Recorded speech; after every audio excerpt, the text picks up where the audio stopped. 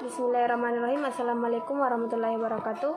Innal hamda nahmaduhu wa nasta'inuhu wa nastaghfiruhu wa na'udzubillahi min syururi anfusina wa min sayyiati a'malina wa yahdihillahu wa la mudhillalah wa may yahdihilhu fala hadiyalah. Alhamdulillahirabbil alamin wassalatu wassalamu ala asrafil anbiya'i wal mursalin sayyidina Muhammadin wa ala alihi wa sahbihi ajmain, amma ba'd. Puji syukur kita panjatkan kehadirat Allah Subhanahu wa taala karena kita masih diberi kesehatan dan kesempatan berkumpul di tempat ini. Salam dan salawat kita kirimkan kepada Nabi Muhammad SAW, Nabi yang membawa menuju zaman yang penuh dengan ilmu pengetahuan. Terlebih dahulu, izinkan memperkenalkan diri. Perkenalkan, nama saya Nila Sari Wahyuni dari kelas M94, Prodi PGSD Fakultas Ilmu Pendidikan, Universitas Negeri Makassar. Adapun judul ceramah yang sempat saya bawakan pada hari ini adalah membumikan Islam di Indonesia. Seperti kita ketahui, Islam pada suatu sisi dapat disebut sebagai high tradition, pada masa sisi lain disebut sebagai low tradition. Dalam sebutan pertama Islam, firman Tuhan yang menjelaskan syarat-syaratnya yang dimaksudkan sebagai petunjuk bagi manusia untuk mencapai kebahagiaan di dunia dan di akhirat, termasuk dalam nas atau teks suci, kemudian dihimpun dalam suhuf dan kitab suci atau Al-Quranul Karim. Al-Quranil Karim secara tegas dapat dikatakan hanya Tuhanlah yang paling mengetahui seluruh maksud, arti, dan makna setiap firman-Nya. Oleh karena itu, kebenaran Islam dan dataran high tradition ini adalah mutlak dibanding dengan Islam pada sebutan kedua, low tradition.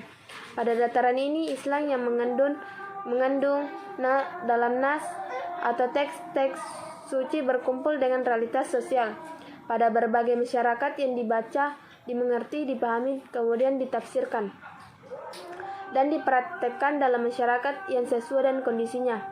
Berbeda-beda katarang Islam akhirnya tidak hanya melulu ajaran yang tercantum dalam teks-teks suci, melainkan juga telah mewujud dalam historitas kemanusiaan. Dari Abu Hurairah radhiyallahu anhu, ia berkata, Rasulullah Shallallahu alaihi wasallam bersabda, barang siapa yang hendak mengajak kepada kebaikan, maka dia akan memperoleh pahala atau perbuatan baiknya itu serta pahala orang yang mengikuti dan melaksanakan kebaikan dengan tanpa dikurangi sedikit pun.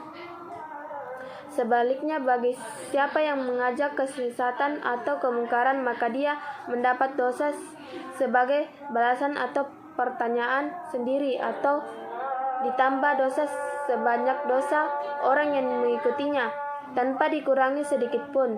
Pada dasarnya setiap muslim atau muslimah diwajibkan untuk dakwahnya Islam atau membumikan Islam kepada orang lain, baik muslim maupun non-muslim. Dalam ajaran Islam, wahyu dari Allah selain berbentuk tanda-tanda atau ayat yang berbahasa, juga bermanifestasikan dalam bentuk tanda-tanda atau ayat yang diformalkan untuk memudahkan pemahaman. Kita dibedakan antara istilah wahyu dengan W kecil dan wahyu W besar. Secara historis Indonesia merupakan bangsa yang mampu menyelesaikan keberadaan itu secara harmonis. Jadi kekuatan harmonisasi keberagaman di Indonesia itu melalui ruang budaya. Pribumisasi Islam yang digagaskan Gus Durian pada tahun 80-an itu menggambarkan bagaimana Islam sebagai ajaran normatif berasal dari Tuhan direkomendasikan ke dalam budaya yang berasal dari manusia tanpa kehilangan identitasnya masing-masing. Pribumi Islam Jawa dalam hal ini Wali Songo telah berhasil memasukkan nilai-nilai lokal dalam Islam yang khas Indonesia. Sampai di sini pribumisasi Islam dipahami menjadi sebuah kebutuhan praktis berupa keterampilan pada proses komunikasi atau dakwah atau tabligh antar budaya sekaligus sebagai kebutuhan paradigma pemikiran berupa kontekstualisasi paham keislaman. Untuk historitas, ruang dan waktu luang berbeda, di mana syariah didialogkan dengan berbagai konteks. yang melingkupinya sesungguhnya mengambil semangat yang telah diajarkan. Wali Songo dalam dakwanya ke wilayah Nusantara sekitar abad ke-15 dan ke-16 di Pulau Jawa.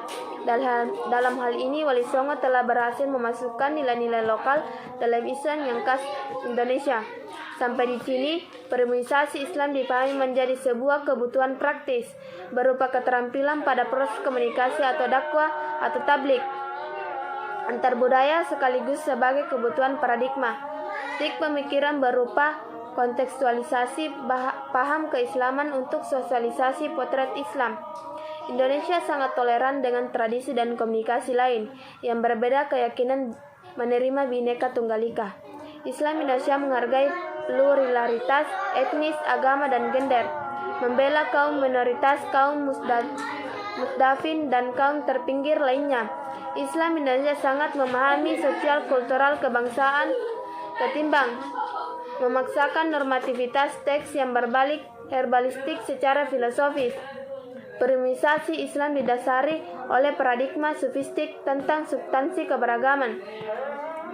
Dalam paradigma sofistik, agama memiliki dua dari sekadar pengakuan atas eksistensinya yang tunggal. Jika kita tarik pemaknaan tauhid dalam ranah realitas ciptaan dan atau makhluknya, maka tauhid berarti pengakuan dan pluralitas, atau selain itu di makhluknya membangun argumen tentang urgensi. Primisasikan Islam secara bahasa, urgensi berasal dari bahasa Latin yaitu fodere yang berarti mendorong.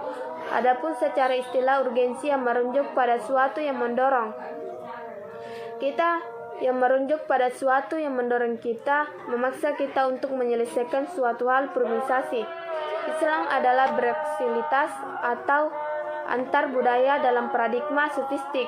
Agama memiliki dua wajah, yaitu aspek historis atau aspek dalam dan aspek eksternal, dan aspek luar dalam tataran esoteris. Semua agama adalah sama karena ia berasal dari Tuhan yang tinggal dalam pandangan sofistik.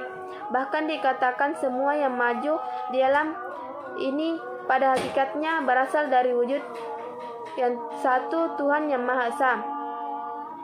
Secara teologis, tauhid bukan sekadar pengakuan atau persaksian bahwa tiada ilah Allah selain Allah, tapi pemaknaan terhadap tauhid melampaui ada Muhammad, mahkamah adat istiadat menjadi hukum, dan al-muhadahatu ala qadimis solihah wali aksu bil asar, atau memelihara hal lama yang baik dan mengambil hal yang baru lebih baik. Primisasi Islam ini sangat berbeda dengan pola atau berislam yang sangat berinstansi dan purifikasi atau pemurnian, yang mempunyai hasrat yang kuat pada keaslian dan masa lalu. Primisasi Islam tidak berorientasi pada masa lalu. Primisasi Islam tidak pada masa lalu, namun suci atau Al-Quranil Karim secara tegas dapat dikatakan hanya Tuhanlah yang paling mengetahui seluruh maksud, arti, dan makna setiap firman-Nya. Oleh karena itu, kebenaran Islam dan dataran Higgs Tradition ini adalah mutlak dibanding dengan Islam pada sebutan kedua, Low Tradition. Pada dataran ini, Islam yang mengandung dalam nas atau teks-teks suci berkumpul dengan realitas sosial pada berbagai masyarakat yang dibaca, dimengerti, dipahami, kemudian ditafsirkan dan dipraktekkan dalam masyarakat yang sesuai dengan kondisinya. Berbeda-beda katarang Islam akhirnya tidak hanya melulu ajaran yang tercantum dalam teks-teks suci, melainkan juga telah mewujud dalam historitas kemanusiaan. Dari Abu Hurairah radhiyallahu anhu, ia berkata, Rasulullah shallallahu alaihi wasallam bersabda, barang siapa yang hendak mengajak kepada kebaikan, maka dia akan memperoleh pahala atau perbuatan baiknya itu serta pahala orang yang mengikuti dan melaksanakan kebaikan dengan tanpa dikurangi sedikit pun. Sebaliknya, bagi siapa yang mengajak kesesatan atau kemungkaran, maka dia mendapat dosa sebagai balasan atau pertanyaan sendiri atau ditambah dosa sebanyak dosa orang yang mengikutinya, tanpa dikurangi sedikit pun. Pada dasarnya setiap muslim atau muslimah diwajibkan untuk dakwahnya Islam atau membumikan Islam kepada orang lain, baik muslim maupun non-muslim.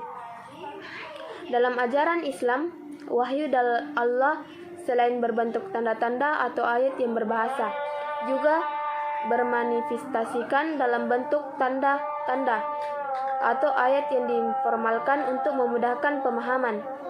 Kita dibedakan antara istilah wahyu dengan W kecil dan wahyu W besar. Secara historis Indonesia merupakan bangsa yang mampu menyelesaikan keberadaan itu secara harmonis. Jadi kekuatan harmonisasi keberagaman di Indonesia itu melalui ruang budaya. Pribumisasi Islam yang digagaskan Gus Durian pada tahun 80-an itu menggambarkan bagaimana Islam sebagai ajaran normatif berasal dari Tuhan direkomendasikan ke dalam budaya yang berasal dari manusia tanpa kehilangan identitasnya masing-masing. Pribumi Islam Jawa, dalam hal ini Wali Songo telah berhasil memasukkan nilai-nilai lokal dalam Islam yang khas Indonesia. Sampai di sini pribumisasi Islam dipahami menjadi sebuah kebutuhan praktis berupa keterampilan pada proses komunikasi atau dakwah atau tabligh antar budaya sekaligus sebagai kebutuhan paradigma pemikiran berupa kontekstualisasi paham keislaman. Untuk historitas, ruang dan waktu luang berbeda, di mana syariah didialogkan dengan berbagai konteks yang melingkupinya sesungguhnya mengambil semangat yang telah diajarkan Wali Songo dalam dakwanya ke wilayah Nusantara sekitar abad ke-15 dan ke-16 di Pulau Jawa. Dalam hal ini Wali Songo telah berhasil memasukkan nilai-nilai lokal dalam Islam yang khas Indonesia. Sampai di sini, pribumisasi Islam dipahami menjadi sebuah kebutuhan praktis berupa keterampilan pada proses komunikasi atau dakwah atau tabligh antar budaya sekaligus sebagai kebutuhan paradigma pemikiran berupa kontekstualisasi paham keislaman untuk sosialisasi potret Islam. Indonesia sangat toleran dengan tradisi dan komunikasi lain yang berbeda keyakinan menerima Bhinneka Tunggal Ika. Islam Indonesia menghargai pluralitas etnis, agama, dan gender, membela kaum minoritas, kaum musdafin, dan kaum terpinggir lainnya. Islam Indonesia sangat memahami sosial kultural kebangsaan ketimbang memaksakan normativitas teks yang berbalik herbalistik secara filosofis. Pribumisasi Islam didasari oleh paradigma sufistik tentang substansi keberagaman. Dalam paradigma sufistik, agama memiliki dua dari sekadar pengakuan atas eksistensinya faktor konseptual termasuk kesadaran hukum dan rasa keadilan gagasan-gagasan pribumisasi. Islam secara geologis dicetuskan pertama kali oleh Abdurrahman Wahid. Selanjutnya disebut Gus Dur pada tahun 1980-an. Kultur setempat menurut Gus Dur metodologi pribumisasi Islam sesungguhnya sederhana, yakni dengan husnul fikih dan kaidah fikihiyah seperti ada Muhammad Muhakkamah. Adat istiadat dengan budaya lokal di Nusantara juga telah melahirkan sebagai ekspresi kebudayaan yang khas. Proses pribumisasi Islam semacam itulah yang kemudian membentuk pola corak dalam pribumisasi Islam bergambar bagaimana Islam sebagai ajaran normatif yang bersumber dari Tuhan diakomodasikan ke dalam kebudayaan yang berasal dari manusia tanpa kehilangan identitasnya masing-masing, sehingga tidak ada lagi pemurnian Islam atau proses menyamakan dengan praktek keagamaan. Masyarakat Islam kurang dan lebihnya mohon dimaafkan. Wabillahi taufiq wal hidayah. Wassalamualaikum warahmatullahi wabarakatuh.